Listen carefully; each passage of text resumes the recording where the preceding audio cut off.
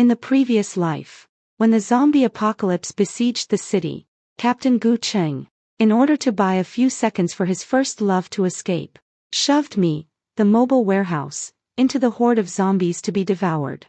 When I opened my eyes again, back at the beginning of the apocalypse, he once again reached out to me as if it were his due. Yao's blood sugar is low. Take out your compressed biscuits. You're tough. Skipping a meal won't kill you. Instead of getting angry, I laughed. I tore the supposed pocket dimension pendant from my neck and slapped it into the hands of his seemingly fragile, helpless first love. Since you're so devoted to her, I'll give her this magical storage pendant too. From now on, I'm done managing the whole team's food and supplies. Watching their ecstatic eyes as if they had found a treasure, I turned away and securely sealed the real pocket dimension bound to me. In this life, I want to see how this pair of true love, without any supplies, will tear into each other amidst extreme cold and starvation. The air was thick with the smell of dust and the musty stench of decay, a scent unique to the third month of the apocalypse. Gu Cheng's hand was still suspended mid-air, his brows furrowed, his eyes filled with impatience. Lin Yu, I'm talking to you. Yao is frail. As the team's logistics, taking care of her is your responsibility. I look at this face. This face, the one that, in my past life at a critical moment of life and death, unhesitatingly pushed me toward the jaws of zombies for the sake of another woman, watching me get torn apart alive. What did he say back then? He said, Lin Yu, you have the space. Maybe the zombies can't bite through you. Hold them off for a moment. Yao can't die. How absurd. I have spatial abilities, but I'm not invulnerable. At that moment, excruciating pain struck me. As I watched their retreating figures, the despair in my eyes turned into overwhelming hatred. Now, this hatred churns in my chest, but I suppress it fiercely. Killing him now would be too easy. In the apocalypse, death is a release. Living in suffering is the true punishment. I lowered my head and looked at the green jade pendant hanging around my neck. This was a scrap piece I bought for 10 yuan at a street stall. In my past life, to cover up my suddenly awakened spatial ability, I lied and said this jade pendant was a family heirloom, and that I had activated a pocket dimension inside it with a drop of blood. From then on, the worthless stone became the envy of the entire team and a constant source of resentment for Su Yao. Su Yao was now nestled in Gu Cheng's arms, her face pale, but her eyes couldn't help glancing at my neck. Yet she said, Gu Cheng, don't pressure Lin Yu. I can endure it, even though my head is really dizzy. Listen to how considerate Yao is. Gu Cheng grew even more furious. Lin Yu, how long will you keep being selfish? Hand it over now. A few teammates around also started to chime in. Lin Yu, everyone knows you have supplies. It's just a single biscuit. That's right. You shouldn't be so ruthless. We're all part of the same team. Last life, when I was in charge of gathering supplies, cooking, keeping watch, and even washing Su Yao's underwear, why did no one say we were a team then? I even heard someone muttering under their breath, if only that jade pendant were in Yao's hands, she definitely wouldn't be so stingy. Okay, this is what you wanted. A cold smirk curled at the corner of my mouth. With a firm tug, I snapped the red string. Here. I slammed the jade pendant heavily into Su Yao's well-maintained hands. The entire room fell dead silent in an instant. All eyes were glued to that jade pendant, a mix of greed, shock, and ecstasy intertwining. Su Yao clearly hadn't expected happiness to come so suddenly. Clutching the pendant tightly, her voice trembled. Lin Yu. This is too precious. It's the source of your storage power. Since you think I'm selfish and unworthy of managing the supplies, then you be the good person. I stood up, brushed the dust off my pants, and said, from now on, this jade pendant is yours. You all know how to use it, activate it with a drop of blood. From now on, if anyone is hungry or thirsty, go ask your precious saint. Don't bother me. Gu Cheng was momentarily stunned. Then a flicker of barely concealed surprise flashed in his eyes. But he still had to maintain the captain's authority. Lin Yu, you said it yourself. Don't come back later regretting it and asking for it back.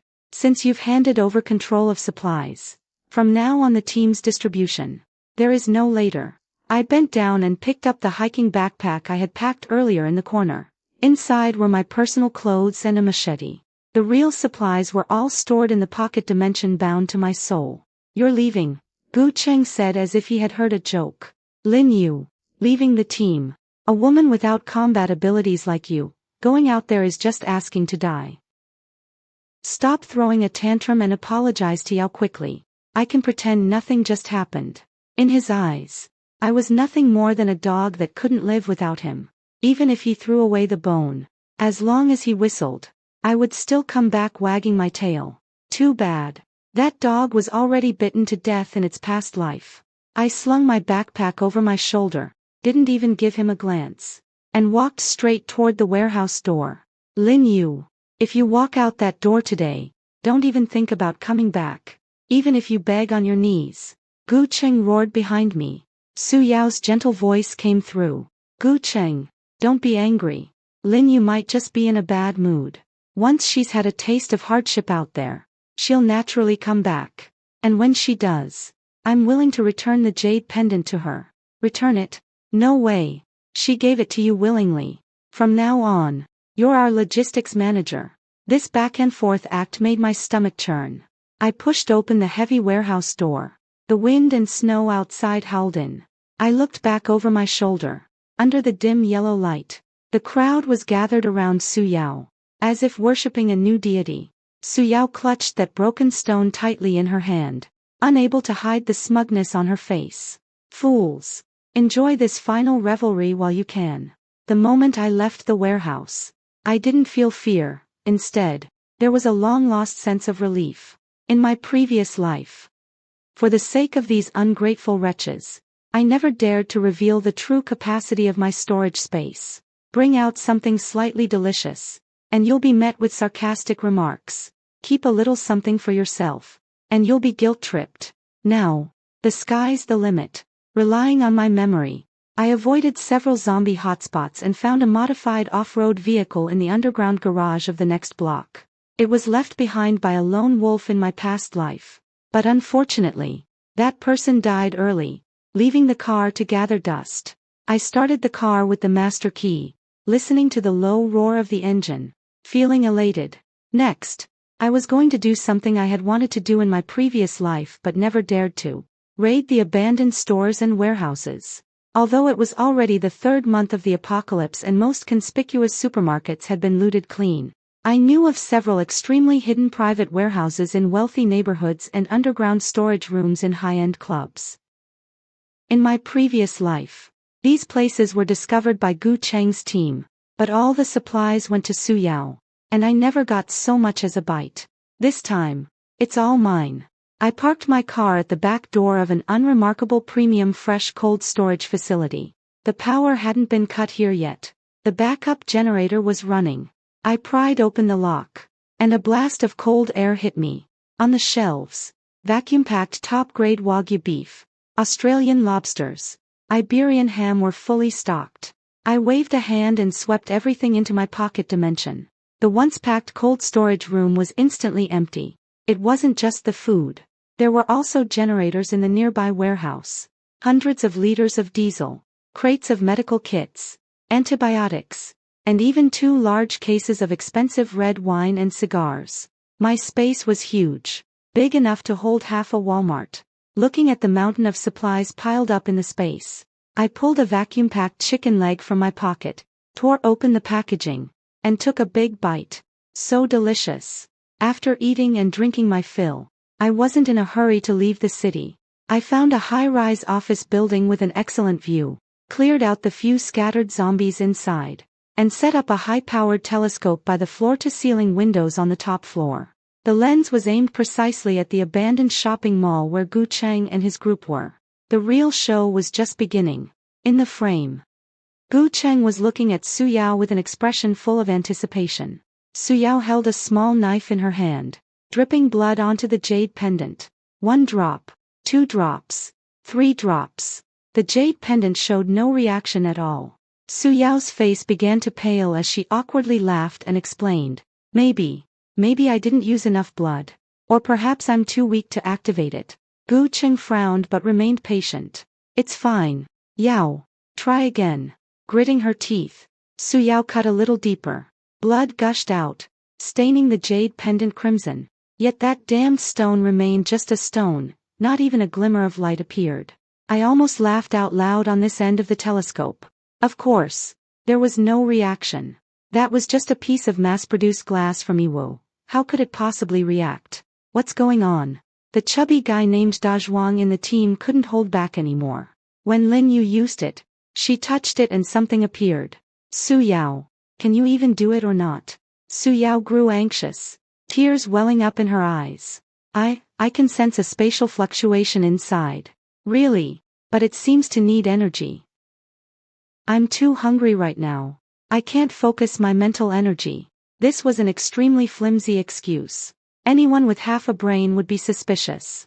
But Gu Cheng was too desperate to prove that his choice was right, too eager to show that Su Yao was better than me. His face darkened as he pulled out the last remaining provisions from his backpack, a few packs of biscuits and 2 cans of food. That was the food they had originally planned to last for 3 days. Feed it to Yao, Gu Cheng commanded. As long as the space opens, we'll have whatever we want. What's a little food compared to that kind of investment? The other team members, though reluctant in their eyes, swallowed their hesitation and agreed under Gu Cheng's intimidating presence and the fantasy of unlimited supplies. Su Yao found herself in a dilemma with no way out. Trembling, she took the food and, under the hungry stares of the crowd, forced herself to stuff it into her mouth. She was gambling that this jade pendant truly possessed a spirit, but simply required specific conditions. Unfortunately, she was destined to lose everything, down to her last thread. I took out a box of self-heating mini hot pot from my space, poured in water, and waited for it to bubble and simmer. The aroma of chili oil filled the room. As I swished tripe in the pot, I watched Su Yao through the camera, wolfing down her food with terror in her eyes. Eat up. Have as much as you want. This is the last full meal you'll ever have in your life. When tomorrow morning comes, and they find that all the stored food has been eaten, yet the space still won't open, the despair of falling from paradise into hell must be spectacular. 3 days later, the temperature plummeted. The weather in the apocalypse was as unpredictable as a madwoman's face, changing in an instant. Just 2 days ago, it had been relatively cool, but today it had dropped straight to -20 degrees Celsius. A blizzard blocked the roads. I drove the reinforced, all-in-one RV and parked it on the only road leading to the northern base. This is a service area. Though dilapidated, it at least provides some shelter from the wind. Inside the car, the diesel heater is running at full blast, keeping the temperature at a comfortable 25 degrees Celsius. I'm sitting cross-legged on the sofa in thin loungewear, with a steaming hot pot of sliced lamb on the small table in front of me. The lamb slices rise and fall in the boiling clear broth, dipped in sesame sauce. Each bite sends warmth straight to the crown of my head. The car's stereo played soothing jazz music, forming a stark contrast with the howling blizzard outside the window. Through the bulletproof glass, I caught sight of those familiar figures. Just as I expected, Gu Cheng and his crew weren't completely wiped out yet, but they're not far from death either. Their vehicle had broken down long ago on the way, and the group had walked the rest of the distance on foot. Each person was wrapped in tattered rags, cotton padding, and even newspapers. Their eyebrows and hair were crusted with ice, their faces frozen purple, resembling a horde of zombies crawling out of hell. 2 faces were missing from the group. They had likely become casualties in the recent accidents or perhaps turned into some form of emergency rations. No one could say for sure. Gu Cheng carried Su Yao on his back, staggering along. Su Yao lay motionless on his back. It was unclear whether she was alive or dead.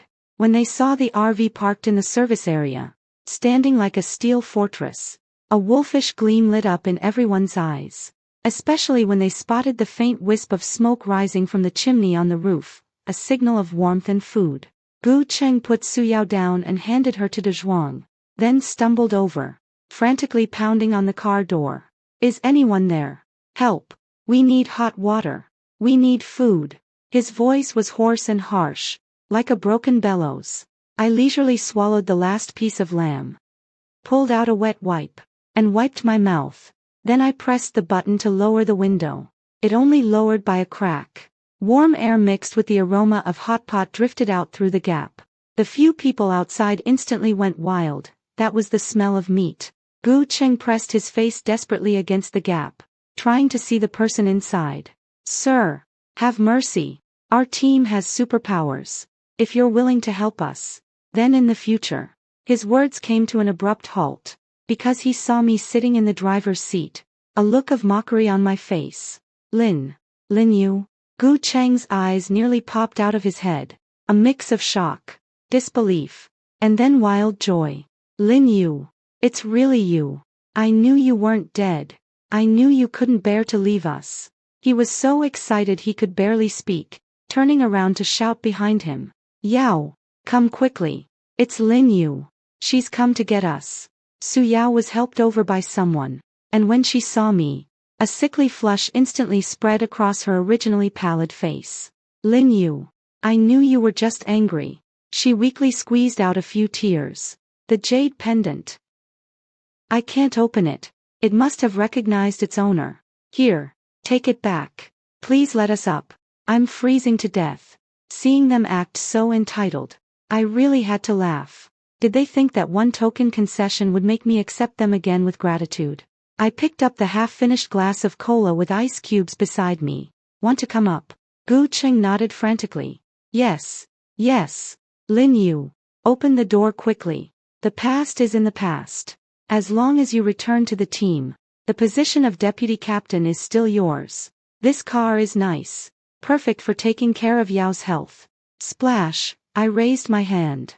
Half a cup of iced cola splashed precisely onto Gu Cheng's face through the gap in the car window. The dark brown liquid, mixed with ice cubes, instantly froze into ice shards on his numb face. Ah! Gu Cheng let out a scream, covering his face as he stumbled backward. The pain of having ice water splashed on your face in freezing weather is no less than being cut by a knife. Are you awake now? I looked at him coldly. Rejoin the team. Are you worthy? Gu Cheng wiped his face, and the faint trace of warmth vanished instantly, revealing his ferocious true nature. He pointed at me and roared. Lin Yu, don't push your luck. You think you're something special just because you have a crappy car. The jade pendant is in Yao's hands, and the space will be ours sooner or later. If you don't suck up to us now, I'll make you beg on your knees when we reach the base. Oh? I raised an eyebrow. You've had the pendant for 3 days. Have you opened it yet? Has it produced any rice?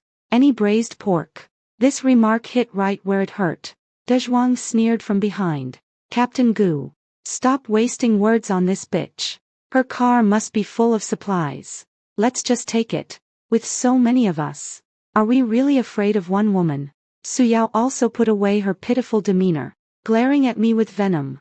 Lin Yu, since you're being unkind, don't blame us for being unjust. Gu Cheng, smash the car. At last, they showed their true colors. This is who they truly are. Whenever the benefits aren't enough, they can bare their fangs at any moment. Gu Cheng pulled a rusty iron rod from his waist, his eyes fierce. Lin Yu, I'll give you one last chance. Open the door. Hand over the supplies. Tell me how to use the jade pendant, and I'll spare your life. Otherwise what? I pressed the button and rolled up the car window. At the same time, I activated the vehicle's external defense system. Otherwise, you'll die a horrible death. Through the glass, I silently mouthed the words to Gu Cheng. The next second, Gu Cheng raised an iron rod and smashed it fiercely against the car window. Screech! Blue-violet arcs of electricity exploded across the car body in an instant. The electric current surged along the rusty iron rod, instantly coursing through Gu Cheng's entire body. Ugh! Ah! Gu Cheng's body convulsed violently, his hair standing on end, as the acrid smell of burning filled the cold air. In just 2 or 3 seconds, the high-voltage defense system automatically cut off the power. Gu Cheng collapsed like a pile of mud on the snowy ground, foaming at the mouth with his eyes rolled back. The hand gripping the iron rod was already charred and split open from the electric shock. Gu Cheng! Su Yao screamed. wanting to rush forward but recoiled in fear from the lingering current. Damn it! This bitch has an electric fence on her car. Dezhuang was so terrified he plopped onto the ground, never daring to mention stealing the car again. Just then, a grating roar came from the snowy curtain in the distance. Roar! Gu Cheng's screams were so loud that on this silent snowy plain, they were practically a rallying cry for the zombies. Dozens of staggering dark figures were closing in from all directions, mutated snowfield zombies. Faster than ordinary ones. If it were my past life, as the so-called guardian, I would have been the first to rush out of the car, brandishing a machete, using my body to build a wall of flesh and blood, shouting for them to retreat first. But now, I sit in the warm driver's seat, reaching out to tap a few times on the car's screen. Select a song. Play it. The piercing, festive sound of a Swana horn instantly filled the air. Good luck comes. Wishing you good luck. Good luck brings joy and love. On this apocalyptic snowfield, in this desperate situation surrounded by zombies, the song Good Luck Comes felt especially ironic, yet especially exhilarating. I shifted gears and stepped on the gas. The massive RV let out a roar, like a steel beast, mercilessly crushing the few zombies blocking its path. Amid the cheerful background music, I took one last look through the rearview mirror at that group of desperate people. Gu Cheng was being dragged backward by Dezhuang like a dead dog. Meanwhile, Su Yao was being forcefully shoved to the very front by the other two teammates. Su Yao, don't you have a space? Grab a weapon. Get the car. The zombies are coming. Use your space to take them out. Even at this moment, these fools still firmly believed that Jade Pendant was a divine artifact, and that Su Yao was the god who could save them. Su Yao trembled all over. Tears and snot smeared across her face as she broke down crying. I haven't finished sensing it yet. Give me more time. Don't push me. I'm scared. Fuck you. Dezhuang's eyes were bloodshot with rage as he kicked Su Yao in the ass. Captain Gu drove Lin Yu away for you, gave you the last of the rations, and you turn out to be useless. Roar! A zombie lunged forward, directly biting through the throat of the scrawny boy in the group. Blood splattered across Su Yao's face. The screams were gradually left behind by the sound of my car and the song Good Luck Comes. Without me carrying the weight, their so-called true love and team are worth less than a piece of toilet paper in the face of survival. I looked at the shrinking black dots in the rearview mirror, feeling an immense sense of relief. But this is not enough. I know Gu Cheng is tough. This level of zombie horde might not kill him, but he will lose his most loyal lackey and also see Su Yao's incompetence. When trust collapses, when hunger and fear take hold, the darkness of human nature has only just begun to bloom. It was already 2 days later when they arrived at the outskirts of the northern base. A massive steel wall stood tall amidst the wind and snow, searchlights weaving into a net. Beneath the wall, survivors were lined up in dense crowds. Some had set up tents, while others huddled directly in the snow. This was humanity's last fortress, and also the place with the strictest hierarchy. There were only 2 conditions for entering the city: either pay a hefty amount of supplies as an entry fee, or prove that one had a useful superpower or specialized skill. I put the RV away into my space, slung a huge hiking backpack over my shoulders, and walked toward the narrow, empty VIP lane. Stop! What are you doing? The guard raised his gun and blocked my way. Without a word, I simply took off my glove, grabbed the 1,000-pound stone block placed by the roadside to block the zombies with one hand, and lifted it effortlessly above my head. A second-tier strength ability. This is my outward disguise. In reality, after drinking from my magical spring, my physical abilities had long surpassed those of an ordinary person. The guard's expression instantly changed. He lowered his gun, even adding a hint of reverence. A second-order strength user. Please come in. That's the ability registration office. I casually set down the stone block, producing a dull thud, then unzipped my hiking backpack, revealing a whole box of canned luncheon meat inside. This is my entry supplies. I want to trade for a heated single apartment in the inner city. Is that enough? Instantly, the sound of swallowing saliva echoed around me. In this world where even rat meat is fought over, This box of luncheon meat was practically gold. That's enough. More than enough. The registration officer's eyes widened. Ma'am. This way please. Just as I was about to sign, a sudden commotion erupted from the refugee area behind me. Lin Yu. You're Lin Yu. A familiar voice. Filled with extreme resentment and weakness. I turned around and saw Gu Cheng and his group through several layers of barbed wire. They really hadn't died, but they were barely hanging on by a thread. The skinny boy was gone, and Daju had lost an arm, wrapped in filthy bandages. Gu Cheng's face was covered in frostbite, with no trace left of his once spirited demeanor. The worst off was Su Yao. Her once proud long hair was a tangled mess, her face covered in grime, and she was huddled behind Gu Cheng, trembling. Seeing me standing glamorously at the VIP passage, the jealousy in Gu Cheng's eyes almost materialized and burst forth. He suddenly rushed to the barbed wire fence, shouting like a madman, "Officer! Don't let her in. This woman is a thief. She stole our entire team's supplies and ran away." The surrounding survivors and guards were stunned, their gazes all turning to me in unison. Seeing that he had drawn attention, Gu Cheng immediately raised his voice, crying and pleading, "Everyone, be the judge. I'm her boyfriend. Before the apocalypse, I entrusted my family heirloom jade pendant to her for safekeeping, but she abandoned our entire team just to keep the supplies inside for herself. She caused my brothers to die tragically, caused my fiancé, caused my sister to nearly starve to death." He pointed at Su Yao behind him, at this moment, to gain sympathy. His fiancé had been downgraded to a sister. That jade pendant could have saved hundreds of lives. But she placed a curse on it. Whoever takes it will be doomed. How can we let such a vicious woman into the base? Su Yao also realized this was her best chance to shift the blame. She rushed forward in tears and grabbed the iron fence. "Yes, Lin Yu. I know you resent me for being close to Gu Cheng, but you shouldn't have tampered with that jade pendant. I bled so much I nearly died, yet the pocket dimension still wouldn't open. How could you be so cruel?" The crowd erupted in an uproar instantly. "Stealing supplies. That's just too immoral. Even screwing over your boyfriend. What a venomous woman." The guard officer frowned at me. "Ma'am, this." I looked at Gu Cheng's smug expression, which seemed to say, "I've already ruined your reputation, let's see what you do now," and let out a soft laugh. In my past life, I was ruined by this very reputation.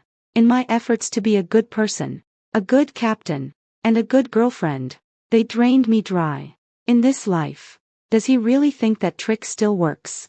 I tossed my hiking backpack onto the ground and strode up to the chain-link fence. Gu Cheng and I were separated by only a single fence, close enough to hear each other's breath. "Gu Cheng, you say the jade pendant is your family heirloom?" My voice was low, but it carried a chilling edge. Of course." Gu Cheng braced himself. "If it weren't my family heirloom, how would you have spatial abilities? You're saying I placed a curse on it, so Su Yao couldn't open it?"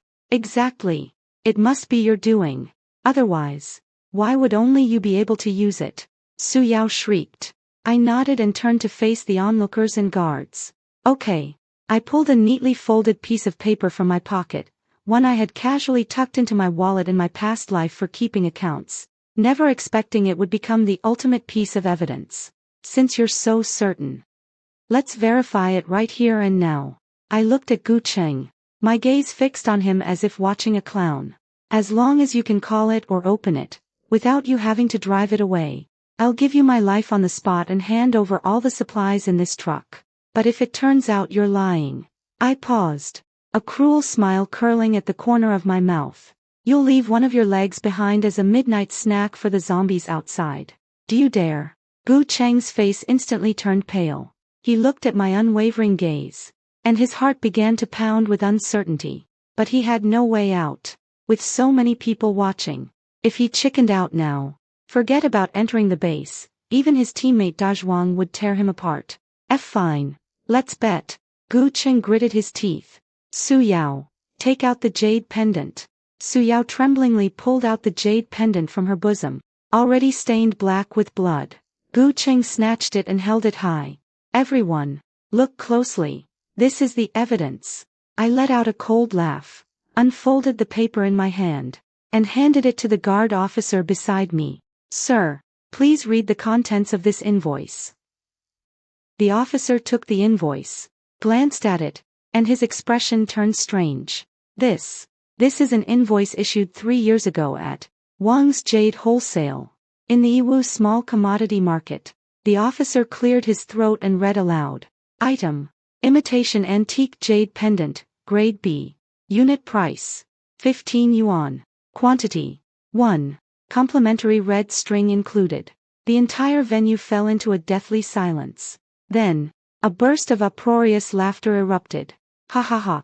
A family heirloom worth 15 bucks. This is hilarious, a magical artifact. Is this guy so desperate for supplies that he's gone crazy? So you were trying to blackmail me. There are really too many scumbags like this these days. Gu Cheng stood frozen, his face turning beet red. He looked at the jade pendant in his hand in disbelief, then at me, his lips trembling. No, impossible. How could this be fake? Then where did your space come from? I awakened this power myself. What does that have to do with this worthless stone? I sneered. You're the fool who couldn't tell cheap glass from a gemstone. Su Yao couldn't open it because she has neither powers nor brains. Hearing this, Su Yao's legs gave way, and she collapsed onto the snowy ground. The lie was exposed, and her fantasy of becoming the pocket dimension's new owner shattered completely. Dazhuang's gaze toward her now carried murderous intent. For the sake of that worthless stone, he had lost an arm. Liar! You two bastards!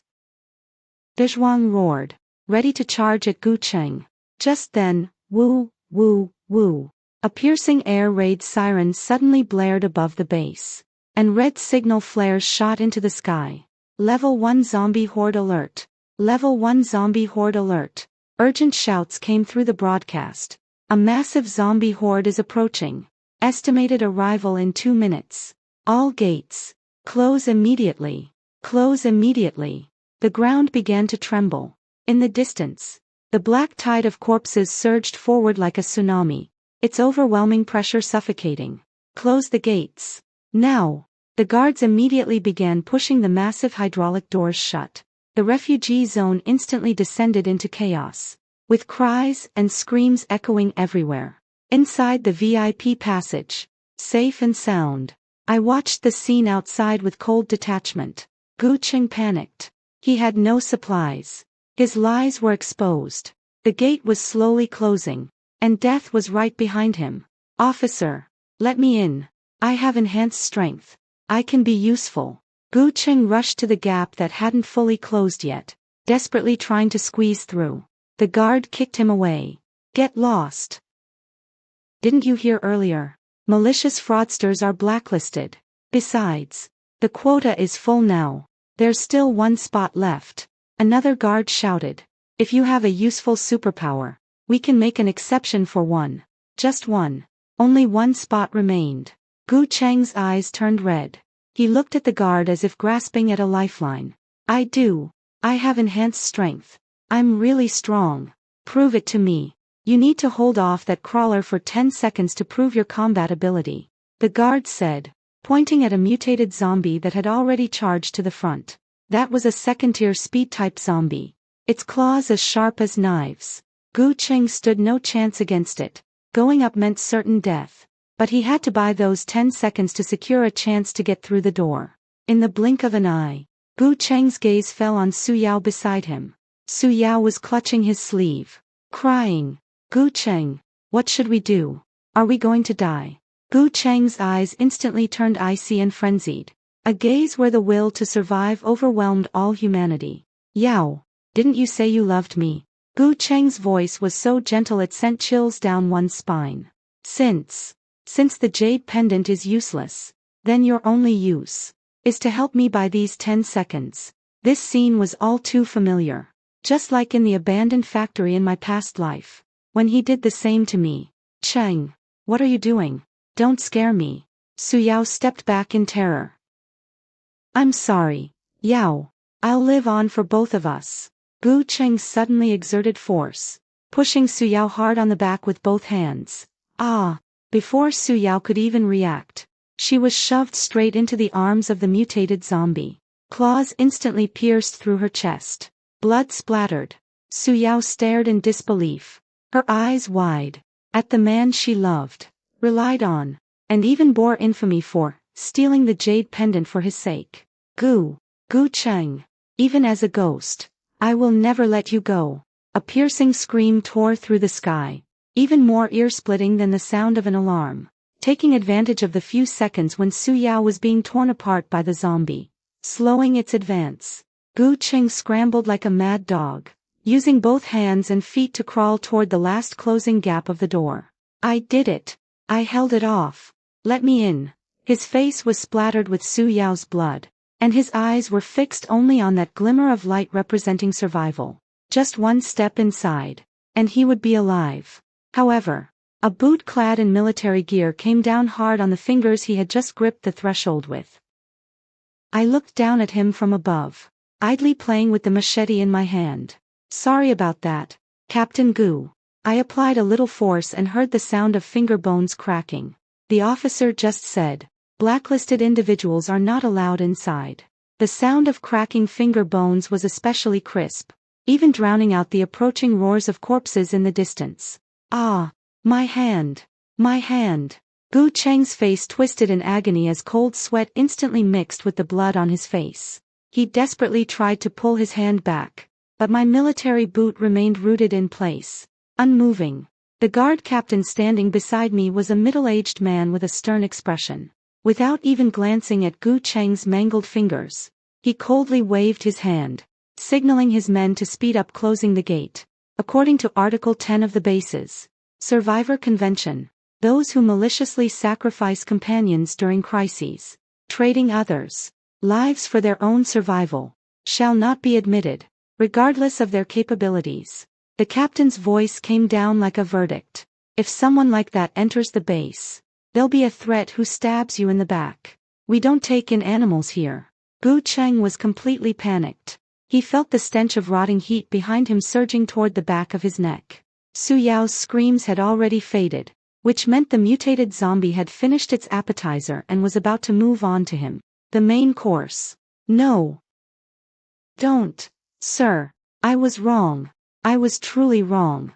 Gu Cheng, ignoring the excruciating pain in his hand, knelt before the crack in the door, his head thudding against the hard frozen ground.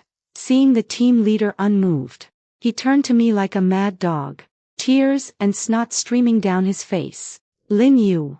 Yeah. For the sake of our 3 years together, give me a hand. I was just confused in the moment to survive. I've always loved you. I was just blinded by that bitch Su Yao. You saw it yourself. I pushed her away. Now I only have you in my heart. You're a superpower. You're a VIP. As long as you speak up, they'll definitely let me in. Please. From now on I'll be your servant. I'll wash your feet. I'll be your dog. Anything. At this moment, Gu Cheng had none of the former lofty team leader's demeanor left. He was like a pile of mud, willing to squirm and beg without any bottom line just to survive. The vanguard of the corpse tide had already surged past his ankles. Several rotting hands grabbed his pant legs, dragging him backward. I looked down at him from above, my gaze as calm as if I were looking at a bag of non-recyclable trash. I slowly lifted my foot. Gu Cheng thought I had softened, a wild gleam of joy bursting in his eyes as he reached out to grab my pant leg. But I only took a step back, standing within the safety line, just out of reach of his filthy hands stained with Su Yao's blood. Gu Cheng, you know what? I said softly, my voice still clear amidst the roaring sound of the closing door. If you hadn't pushed Su Yao just now, but instead picked up a weapon and died like a man, even if you died out there, I might have respected you a little, and might even have helped collect your body. But now, I frowned with disgust. You make me feel sick. Letting someone like you through the door would dirty the air in here. Lin Yu. You venomous woman. You'll come to a bad. Gu Cheng's pleas for mercy instantly turned into desperate curses. But his voice was cut off by a deafening clash of metal. Boom. The heavy hydraulic gate sealed completely shut before him, tight and seamless. In that final moment, I saw several sharp claws simultaneously pierce through his body, dragging him into the endless sea of rotting corpses. Outside the door, the sound of zombies gnawing on flesh and Gu Cheng's final inhuman wail echoed. Inside, the searchlights blazed brightly, and the heating system hummed steadily. I turned and gave the security captain beside me a faint smile. "Thank you, Captain, for upholding justice impartially." The captain glanced at me, a hint of admiration in his eyes. "You're a tough one. Welcome to the Northern Base." 3 months later, in the core meeting room of the Northern Base, the atmosphere was warm and cozy. For this search mission targeting the Southern Seed Bank, the command will still be handed over to Captain Lin. Any objections? The base director looked at the report in his hand and raised his head to ask. Around the round table sat 7 or 8 fully armed superhumans. Hearing this, everyone turned their gaze toward me, their eyes devoid of jealousy, filled only with conviction and respect. Of course not. Captain Lin's use of her pocket dimension was incredible. If she hadn't reacted so quickly last time, we would have been surrounded by the mutant rat swarm. Exactly.